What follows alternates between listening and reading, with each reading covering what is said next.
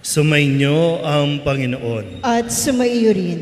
Ang mabuting balita ng Panginoon ayon kay San Lucas. Papuri sa iyo, Panginoon.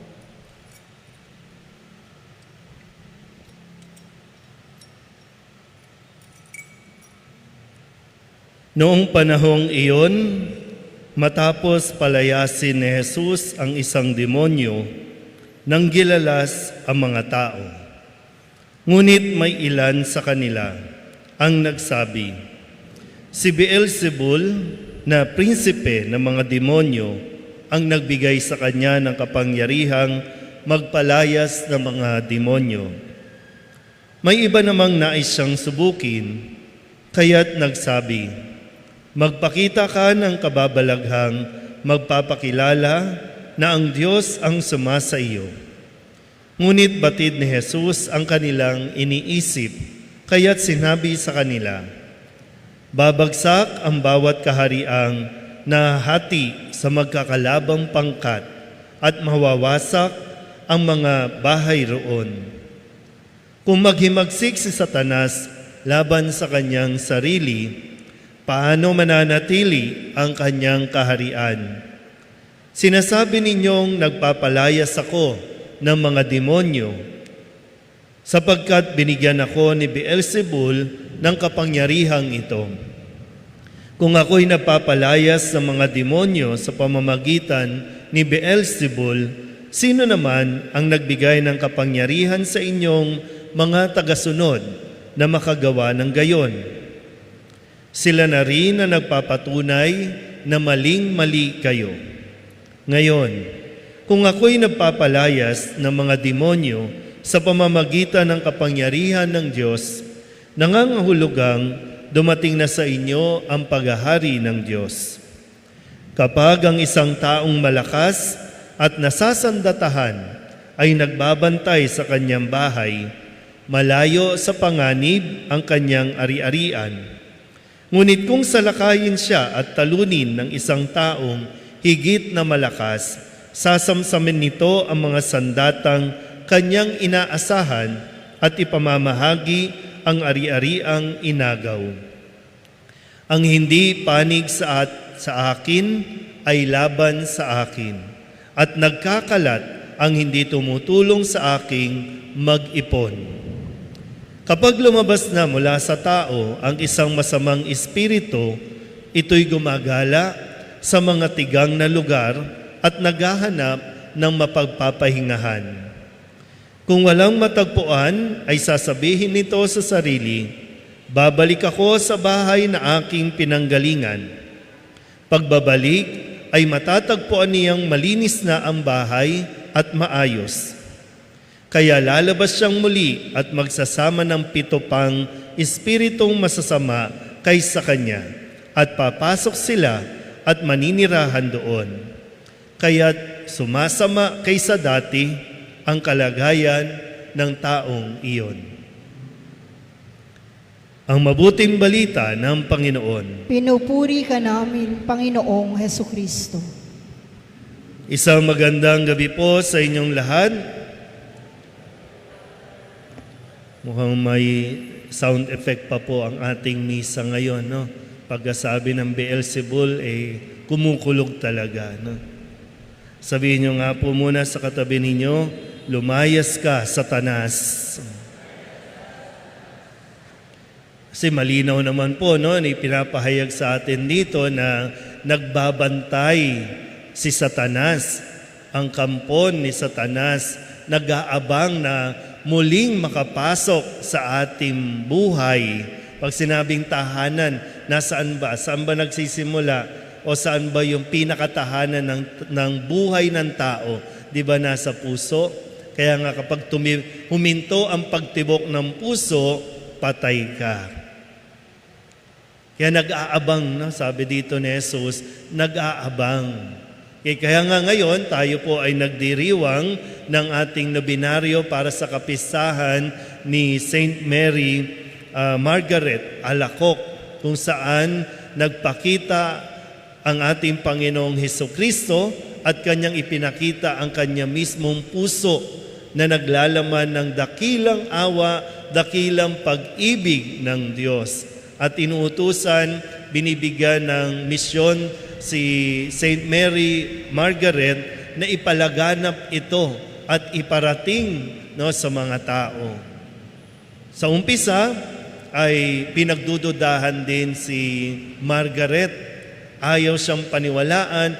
Mismong ang mga scholars ng simbahan, yung mga tinatawag na mga theologian, ay kini-question yung credibility, kung totoo ba talaga yung vision, totoo ba talaga na nagpakita ang Panginoong Hesus sa kanya at yung pagsasalarawan ng imahin ng banal na puso ni Hesus.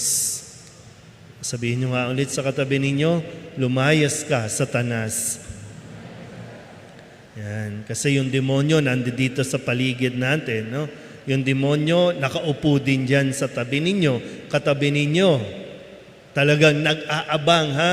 Malinaw naman po ang sinabi ni Jesus, nag-aabang yan na makapasok sa puso natin. Kaya mahalaga po na ang ating mga puso ay pinupuno natin ng mga salita ng Diyos.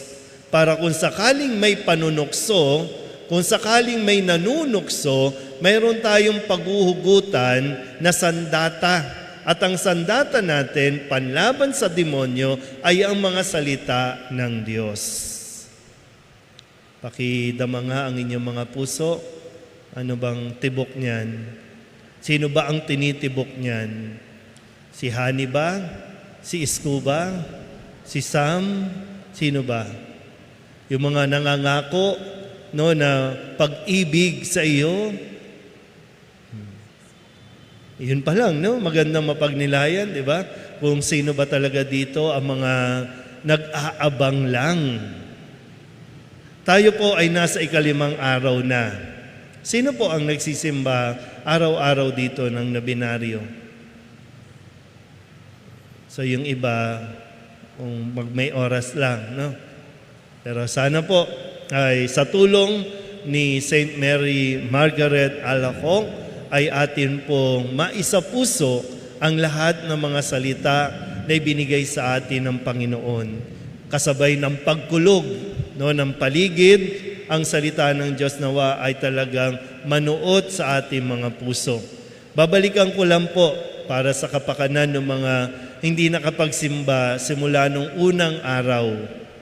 Nung unang araw po ng ating pagnonobena, may lumapit kay Jesus ang tanong, paano po ako magkakaroon ng buhay na walang hanggan? Talagang may sound effect, no? Paano ako magkakaroon ng buhay na walang hanggan? Ang sabi ni Jesus, sundin mo ang mga kautusan. Ibigin mo ang Diyos.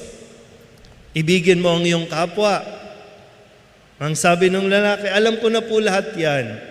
Pero ang sabi ni Jesus, may isa pang kulang. Ipagbili mo ang iyong ari-arian at ipamahagi sa mga dukha. Gawin mo yan, mabubuhay ka. So yung nagpapabuhay sa tao ay yung nakakapagbigay ka. Hindi yung tumatanggap ka lang, kundi yung nakakapagbigay ka. Nung 2 araw, nung Martes po, yung sa kwento po na si Marta, aligagang-aligaga. Alam niyo naman ang kwento ni Marta, no?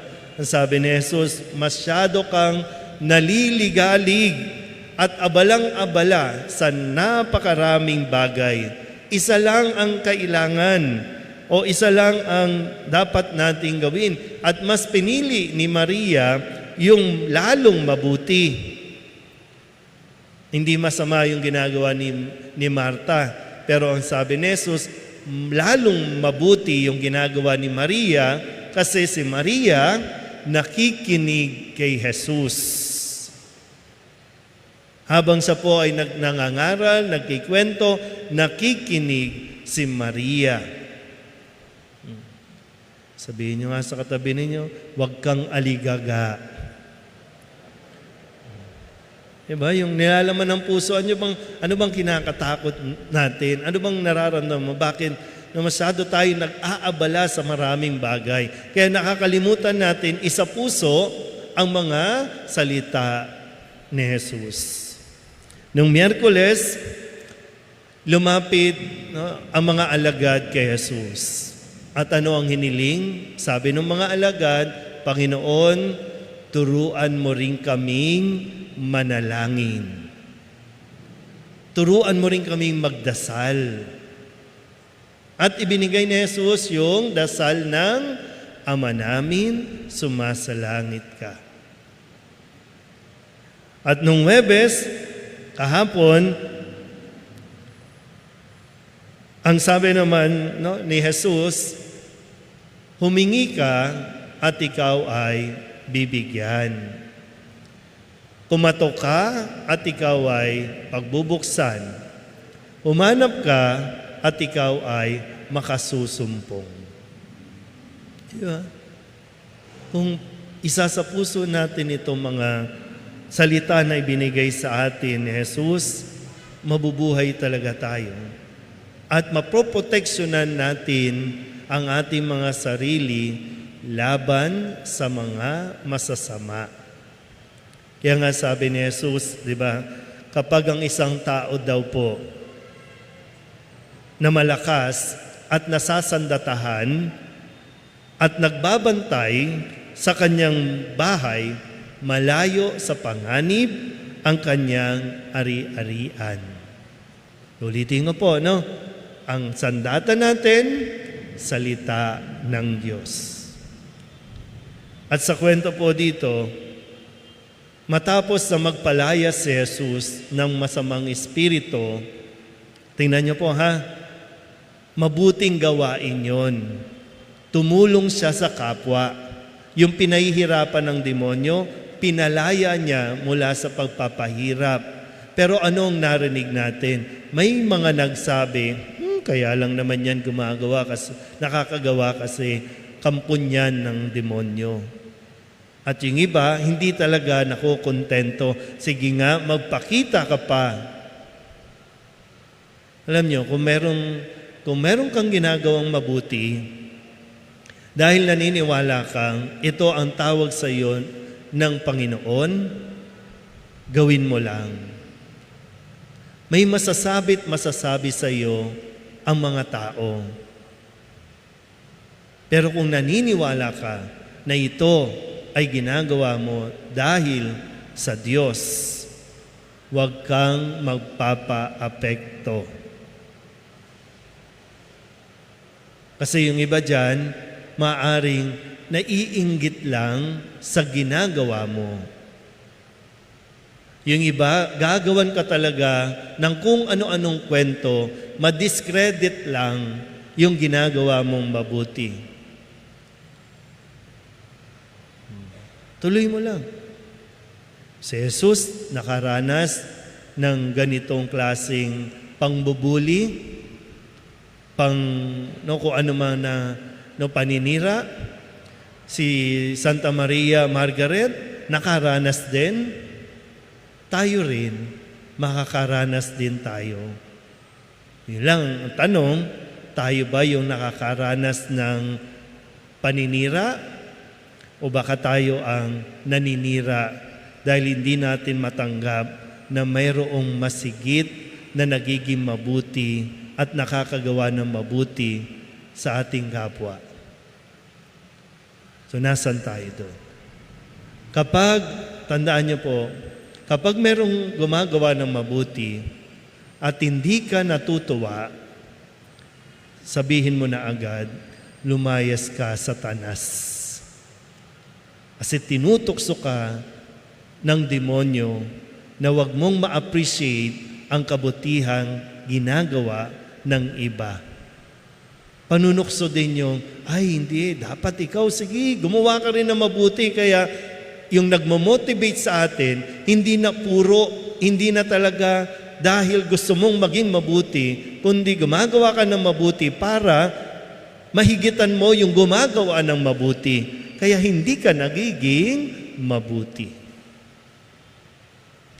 Ulitin nyo nga ulit, sabihin nyo sa katabi ninyo, lumayas ka, Satanas. Hindi nyo nakikita yan, pero nandiyan dyan sa tabi ninyo. No? Tandaan nyo ulit ha, mismong si Jesus ang nagsasabi, nagbabantayan, naghahanap ng tiyempo, kaya lagi ka din dapat alerto. Amen?